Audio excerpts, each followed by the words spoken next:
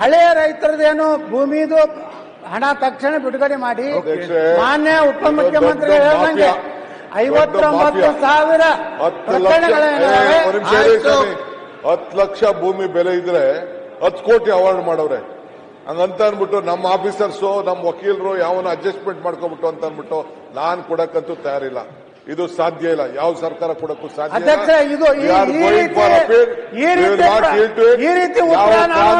ಮಾಡಬೇಕು ನಮ್ಮ ರಾಜ್ಯದ ಹಿತನ ಯಾವ ರೀತಿ ಕಾಪಾಡಬೇಕು ಆ ಕೆಲಸ ನಾವು ಮಾಡ್ತೀವಿ.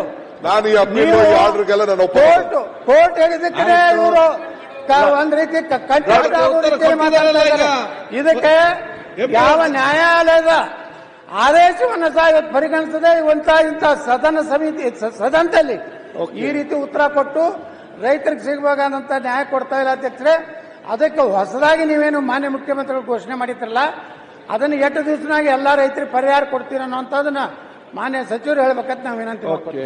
ಮಾನ್ಯ ಅಧ್ಯಕ್ಷರೇ, ಮಾನ್ಯ ಮಂತ್ರಿಗಳು ಮಾತಾಡ್ತಾ ಹೇಳಿದ್ರು ಕೇಂದ್ರ ಸರ್ಕಾರ ನೋಟಿಫೈ ಮಾಡಿಲ್ಲ ಅಂತ ಹೇಳಿ. ಈ ರೀತಿ ಒಂದ್ ನಿಮಿಷ ಉತ್ತರ ಕರ್ನಾಟಕದ ಪ್ರಶ್ನೆ ದಯಮಾಡಿ ಮಾತಾಡ್ತೇವೆ. ಅರ್ಧ ಸತ್ಯ ಇಲ್ಲಿ ಇಡಬಾರ್ದು. ಯಾಕೆ ನೋಟಿಫೈ ಆಗಿಲ್ಲ? ಪ್ರಾಧಿಕಾರದ ಆದೇಶ ಏನ್ ಬಂತು ಅದ್ರ ಮೇಲೆ ಮಹಾರಾಷ್ಟ್ರ, ಕರ್ನಾಟಕ, ಆಂಧ್ರ ಪ್ರದೇಶ, ತೆಲಂಗಾಣ ಕೋರ್ಟಿಗೆ ಹೋದು. ಮಹಾರಾಷ್ಟ್ರದ ಆರ್ಗ್ಯುಮೆಂಟ್ ಆಗೈತಿ, ಕರ್ನಾಟಕದ ಆರ್ಗ್ಯುಮೆಂಟ್ ಆಗೈತಿ, ತೆಲಂಗಾಣದ ಆರ್ಗ್ಯುಮೆಂಟ್ ಆಗೈತಿ, ಆಂಧ್ರ ಪ್ರದೇಶದ ಆರ್ಗ್ಯುಮೆಂಟ್ ಇನ್ನೂ ಆಗಿಲ್ಲ. ಆ ಎಲ್ಲ ಆರ್ಗ್ಯುಮೆಂಟ್ ಆದ್ಮೇಲೆ ಕೇಂದ್ರ ಸರ್ಕಾರ ನೋಟಿಫೈ ಮಾಡಕ್ಕಾಗುತ್ತೆ. ಅದಕ್ಕಿಂತ ಮೊದಲು ಹೆಂಗ್ ನೋಟಿಫೈ ಮಾಡಕ್ಕಾಗುತ್ತೆ?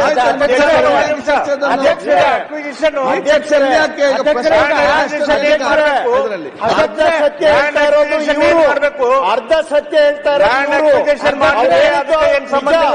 ಆದ್ರೆ ಕೋರ್ಟ್ ಎಲ್ಲೂ ಕೂಡ ಅಧಿಸೂಚನೆ ಹೊರಡಿಸಬೇಡಿ ಅಂತ ಎಲ್ಲೂ ಹೇಳಿಲ್ಲ, ಸ್ಟಾಟಸ್ ಕೋ ಕೊಟ್ಟಿಲ್ಲ, ಸ್ಟೇ ಕೊಟ್ಟಿಲ್ಲ. ಅಧಿಸೂಚನೆ ಹೊರಡಿಸ್ಲಿಕ್ಕೆ, ಗೆಜೆಟ್ ಮಾಡ್ಲಿಕ್ಕೆ, ನೋಟಿಫೈ ಮಾಡ್ಲಿಕ್ಕೆ ಯಾವುದು ನಿಬಂಧನೆ ಇಲ್ಲ. ಆರ್ಗ್ಯುಮೆಂಟ್ ಮಾಡಿದೆ argument. However the award can be is fit to be notified.